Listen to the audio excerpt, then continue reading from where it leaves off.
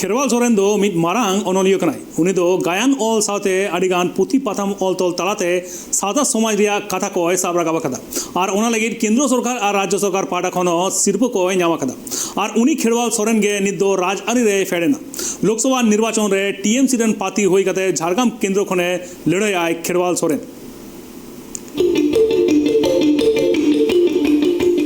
खेरवाल सोरेन दो मिद मारांग अनलिया कनाई उनी दो अडिगान नाटक अडिगान किसे कुदुम अडिगान सिरिंग दुरंग अडिगान साउता एभेन रिया पुथि पाथाम को होय ओला कदा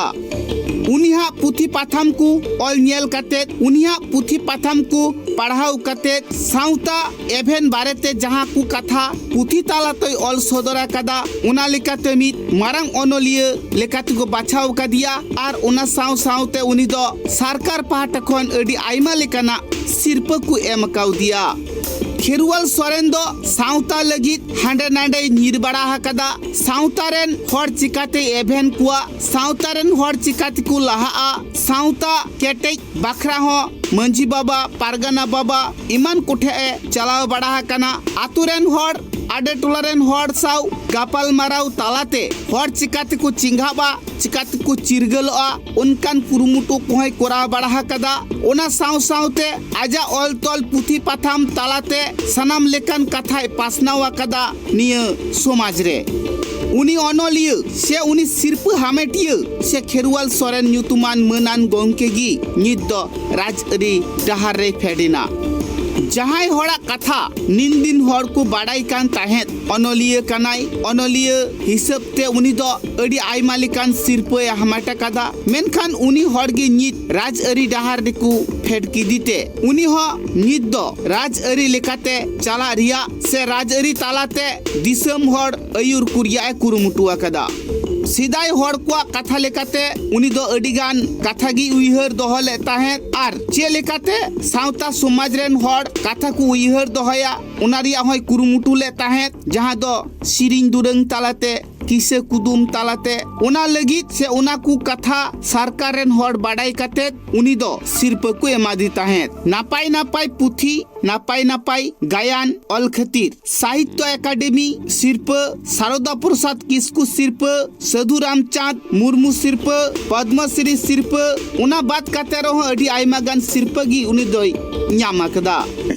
ऑलबिल मतो जहां गायन रे अनोड़े रे कहानी रे से रम्य रचना करे जहां हल कदा ओना दो निछक मिटांग रिस्क से रमज लागित गायन दो बांग कना इया दिसु दो ताहें कना जहां तिने गे गायन हल कदा आबो चिकते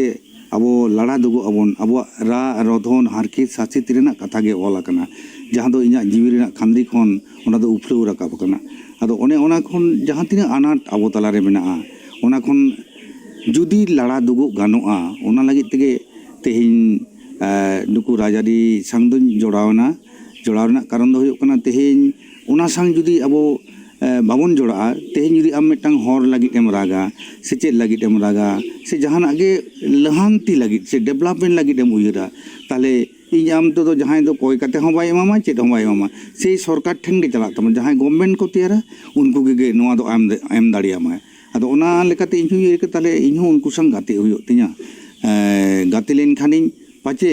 इन्हु दिसम सावता रेना इन भुलई दाड़िया दिसे दो नोनवा गे खेरवाल सोरेन दो सांताड़ कोरेन सनाम अगुवन को चिन्हविया उनी दो सांताड़ हर एभेन को लगिते सांताड़ हर चिरगल को लगिते सांताड़ हर लाहा को लगिते अडिगान पुथि पाथाम कोई ओला कदा मेनखान उनी खेरवाल सोरेन गी नित दो टीएमसी पाहटा खन राजआरी डाहार रे फेडिना आर सावतारिया भागी कमी लगिते सांताड़ सावतारेन हर लाहा को लगिते जहां को कमी होरा रे एटकेटोड़े को मिना उना को सलहय लगिते उनी दो बांगमा राजआरी रिया झंडाय साब केआ आर हापेन दिन आमा ओना एलाका रे चलाव होय लेना उनका उठनो ना आहला उनका सरकार पर्तन बांग सेटे रखन चेक लिया ना बारते बांगा दो नय हुयुआ नय एहब अकना नय तो जानि खेमिए लागू के तबना ना ठाकड़ी गडा दीर्घ दिन ना जहां आले मेटा पेंडिंग लॉन्ग पेंडिंग डिमांड ताहे कना नय दो कुड़ो गोड अकना खूब हाले हाले के नाकान होयतो उद्बोधन हुआ और आलिया जहां सड़क उना कमी होरा एहब अकना तारपे नय पश्चिमांचल ना हर हुयुक कना आदो हिसाब कते नेल कदा जे जहां तिना कमी को बाकी ताहे कना नितो दो जतो कुड़ा खाली उन्हें सुमुंग दो जहाँ जहाँ कोटे जायगा रे नुनदिन बाकी तहे कना उना कोटे कमी दो ऑलरेडी एतोहब कना आ उना को बांग तहेना जतो के नितो सुसुरो तबना ना ᱟᱫᱚ ᱚᱱᱚᱞᱤᱭᱟᱹ ᱜᱟᱶᱛᱟ ᱨᱮ ᱪᱟᱪᱳ ᱯᱳᱭᱞᱳ ᱫᱚ ᱟᱯᱮ ᱜᱮ ᱛᱟᱦᱮᱸ ᱠᱟᱱᱟ ᱯᱮ ᱦᱩᱫᱤᱥᱤᱭᱟᱹ ᱱᱚᱣᱟ ᱨᱟᱡᱽᱟᱹᱨᱤ ᱰᱟᱦᱟᱨ ᱨᱮ ᱥᱮᱴᱮᱨ ᱠᱟᱛᱮ ᱚᱱᱟ ᱠᱚ ᱯᱟᱪᱮᱫ ᱮᱛᱚᱢᱚᱜᱼᱟ बाहोना को बांग एतमोते आदम नेलकट को गेबन तो जहां लोकसभा करे को चलाव कना राज्यसभा करे को चलाव कना से जहां एमएलए को मेना को से राजआरी उनको ओनोलिए कना को उनको को ओलेदा उनको अडी हाई लेवल बोई को ओले तबना को उनको शिल्प को जाम कदा को एकेडमी अवार्ड को जामदा से आडो एटा एटा को जामदा उना तो मिटंग लिटरेचर साहित्य तो जहां जहां थोक रेगेम चला आम दो साहित्य दम चर्चा दाड़िया गया आरकी उना मेनते जे सारा दिन गे नवाना उयर भावना ते घोर चाबा को उनका तो बांग कारण हुयो कना नेता दो इन दो नावा काटते तो साहित्य लगी तो उयर भावना दो बांग हुयो कान तिया तो इन दो नितो दो जागिन मोनेदा ओनागे ऑल लेखन गी ओना दो साहित्य होइना आ जतखन मिटंग उयर भावना दो जे नय तेहेñ अब न्यू जेनारेशन को मेना को तबना नय बई बईते ओनलिए को लहा हिजुग कान तबना आदो उनको इनल ते को लहा हिजुग कना जे नय जे नापाय जाते उयर भावना कते नापाय उयर भावना कते साहेब चर्चा लगी जुदी को लहा हिजुआ ताले आले मतो पेटादले एहो बकाट गया आदो 31 टी 32 टी गायानी ऑल केदा और ये कहानी होई ऑल कदा और ओनोने होई ऑल कदा आदो से यूट्यूब करे या सेरेंज हो आड़ा आकदे जहां सेरेंज को तो अब सावतरेन मानमी को उद्गव धड़ी चला कोय आदो उनाते लिदा जहां हर जो जुदी आडी हर कुली को रकाब गया तो जे आम दो चेक कम कमी कदा आदो उनाते इन मेता को जे इन जहां तिना इया बोई छापा कान तिना उना को जुदी पे पढ़ाव तबना ताले इन चेक कुन कमी कदा उना को इदी कते निर्लसाई अपया उयर भावना चिठा तपिया बाड़ायोग कना पारोमेन 10 मार्च हिलो कोलकाता रिया बिग्रेड रे उनिया ᱧᱩᱛᱩᱢ को उछन सदर ले ताहेत जहां दो उनी निया दाराई कान 2024 रिया लोकसभा बाछनाव रे झारग्राम खने तिंगुन कना उना कथा आंजोम कते झारग्राम रेन अडिगान हर की रस्के को सदर कदा जे मिट्टांग सावता समाज हर सांताड़ हर लहा को लगिते राजआरी डहार रे फेडिना और उनी को बाछाव किदिया उनी मीटिंग खन रुआर तायम गी बाहा थुपना दिको आतंग दाराम किदिया और सनाम हरगी उनी गड़ो रे नित दो मेना आकात कुआ जाते अनोलिया खेरुआल सोरेन झारग्राम खने जितकरो मा उना उइहर भावना कते आइरेन जहां गाती गुतिया आइरेन जहां बंधु बांधव आइरेन जहां पेड़ा प्रभु आइरेन जहां दल रेन हर सनाम कुगी उनिया कमी रे को छुटवा कना जुदी पे लिया आमा चला तो ठीक तो बांग होई कना तबे इन दो ओना दो बइन लिया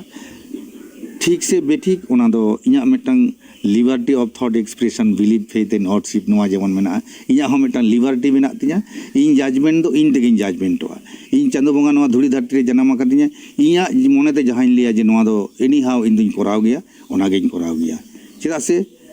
नोआ दिसम दो भारत दिसम ना जहां संविधान सनद संविधान से कॉन्स्टिट्यूशन मेना तबना ओना रेना अन आरी लेकाते के चला तबना आबो तेहिन बोन नेलेत को आबो सावतारेन मैक्सिमम हर इलिटारेट गया को है से बांग उनको तो संविधान अन हो बाय बड़ाया अन आरी हो बाय बड़ाया और अब मा बाबन सेड़ा होकना आदो ताले चिकते अब दो जथा दो इदि बन नाम दाड़िया ओनाते लागती कना अब पाहटा खन आरो जहां को सेचेत को चिठा कान तबना उनको सनाम थोकरेन हरगे नोआ राजआरी दी कते सचेतन लागती कना और संविधान रे जहां जहां को बखरा को मेना ओना लेकाते अब ओइदर बन जारी लेखान और खाली ओइदर जारी सुमुंग दो बांग इन ओना जेमन सेचेत पाटा तिन दिया सेचेत मतो सरकारे एमाबन कान गया किंतु अब जुदी हिसाब करते मन नेला प्रत्येकटी आतो आतो चलाव करते तिने गान को सेचेत कान तबना बाको हेतावा तबन कान नोआ गाड़ी दुखली घटना से चितेर कान तबना आदो नोआते जेखन गे बाबन चेठा कना इनखान गे तायमक कना बन तायम लिनखान गे उन दबन लिया इन दिन तायमेना मेनखान चिकाते तायमक कना ओना दो नासेना हो मिटंग आत्म समालोचना दो तीस हो बाय कराव दा आदो ओनाते इन दो सनाम मानतान अब सावता मानवा कोठेन गे इन तो बार बार गे नेहरा जे इन दो हिड़िज दो आलोपे उहिरिजा इन दो जहां खेरवाल सावता रेन जनामा कना खेरवाल सावता रेन मानमी को दुलड़ा को खाली खेरवाल सावता सुंग दो बांग सनाम सावता रेन मानमी गे जे नय बाकोलिया अब हिंदू मुसलमान जहां ले दो को एक ही बृंति दुटो फुल हिंदू मुसलमान नय जे कॉन्सेप्ट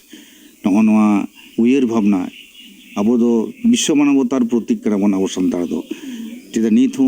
अब दो सनाम जेत गे समान में तेबन नेल को तीसरो माबन आड़िस का को अदो ओने ओना उयर भावना इन तला रहो मेना अब सावता मतो लहा गे साव सावते एटा सावता कोरेना हो जहां जहां को बाड़ीजा को मेना नित हो ओना को सोलहे रेना उयर भावना हुआ एक्चुअली तेहन दो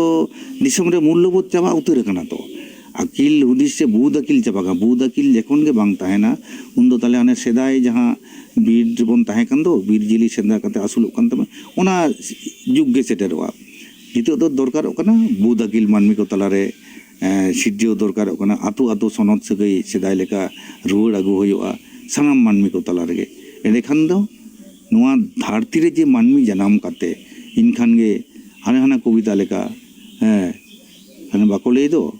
सार्थक जन्म मागो जन्मेছি এই দেশে सार्थक जन्म मागो তোমায় ভালোবাসি नवा कथा गे उन सारी उतरवा और अनिल कोंडा आना सेरेन लेका जोहार आयु जनाम दिसम आमीन जोहाराम नौकान दाया सनद दुलड़ आदोबा जमनाम नय जे नुकु सेरेन कारिगल को पारोमेन 10 मार्च ᱧᱩᱛᱩᱢ ᱩᱪᱷᱟᱹᱱ ᱥᱟᱶ ᱥᱟᱶᱛᱮ ᱱᱤᱛ ᱫᱚ ᱩᱱᱤ ᱵᱷᱳᱴ ᱨᱮ ᱡᱤᱛᱠᱟᱹᱨᱚᱜ ᱞᱟᱹᱜᱤᱫ ᱛᱮ ᱯᱨᱚᱪᱟᱨ ᱠᱟᱹᱢᱤ ᱨᱮᱭ ᱯᱷᱮᱰ ᱟᱠᱟᱱᱟ ঝাড়গ্রাম ᱨᱮᱭᱟᱜ ᱵᱷᱮᱜᱟᱨ ᱵᱷᱮᱜᱟᱨ ᱴᱚᱴᱷᱟ ᱠᱚᱨᱮᱭ ᱯᱨᱚᱪᱟᱨᱮᱫ ᱠᱟᱱᱟ ᱚᱞᱵᱮᱞ ᱛᱟᱞᱟᱛᱮ ᱵᱤᱜᱽᱜᱟᱯᱚᱱ ᱛᱟᱞᱟᱛᱮ ᱢᱤᱴᱤᱝ ᱢᱤছিল ᱛᱟᱞᱟᱛᱮ ᱟᱡᱟᱜ ᱡᱟᱦᱟᱸ ᱠᱟᱛᱷᱟ ᱥᱟᱱᱟᱢᱮ ᱥᱚᱫᱚᱨᱮᱫ ᱠᱟᱱᱟ ᱟᱨ ᱡᱟᱦᱟᱸ ᱠᱚᱨᱮ ᱩᱛᱱᱟᱹᱣ ᱵᱟᱝ ᱦᱩᱭ ᱟᱠᱟᱱᱟ ᱚᱱᱟ ᱠᱚᱨᱮ ᱡᱟᱛᱮ ᱩᱛᱱᱟᱹᱣ ᱮ ᱠᱚᱨᱟᱣ ᱫᱟᱲᱮᱭᱟᱜ ᱢᱟ ᱚᱱᱟ ᱠᱟᱛᱷᱟ ᱦᱚᱸ ᱫᱤᱥᱚᱢ ᱦᱚᱲ ᱴᱷᱮᱱ ᱥᱚᱫᱚᱨᱮᱫ ᱠᱟᱱᱟ ᱱᱩᱱᱟᱹᱜ ᱫᱤᱱ ᱢᱟ ᱥᱟᱶᱛᱟ ᱟᱹᱨᱤ ᱞᱮᱠᱟᱛᱮ ᱚᱱᱚᱞᱤᱭᱟᱹ ᱞᱮᱠᱟᱛᱮ दिसम हड़ उनी को उपरुम कान ताहेत नित दो राजआरी डहार रे फेडन खान राजआरी लेकाते उपरुम लगित सनाम हड़ ठेन गड़ोय खोज कना झारग्राम खन Upendra Hembram report tribe TV.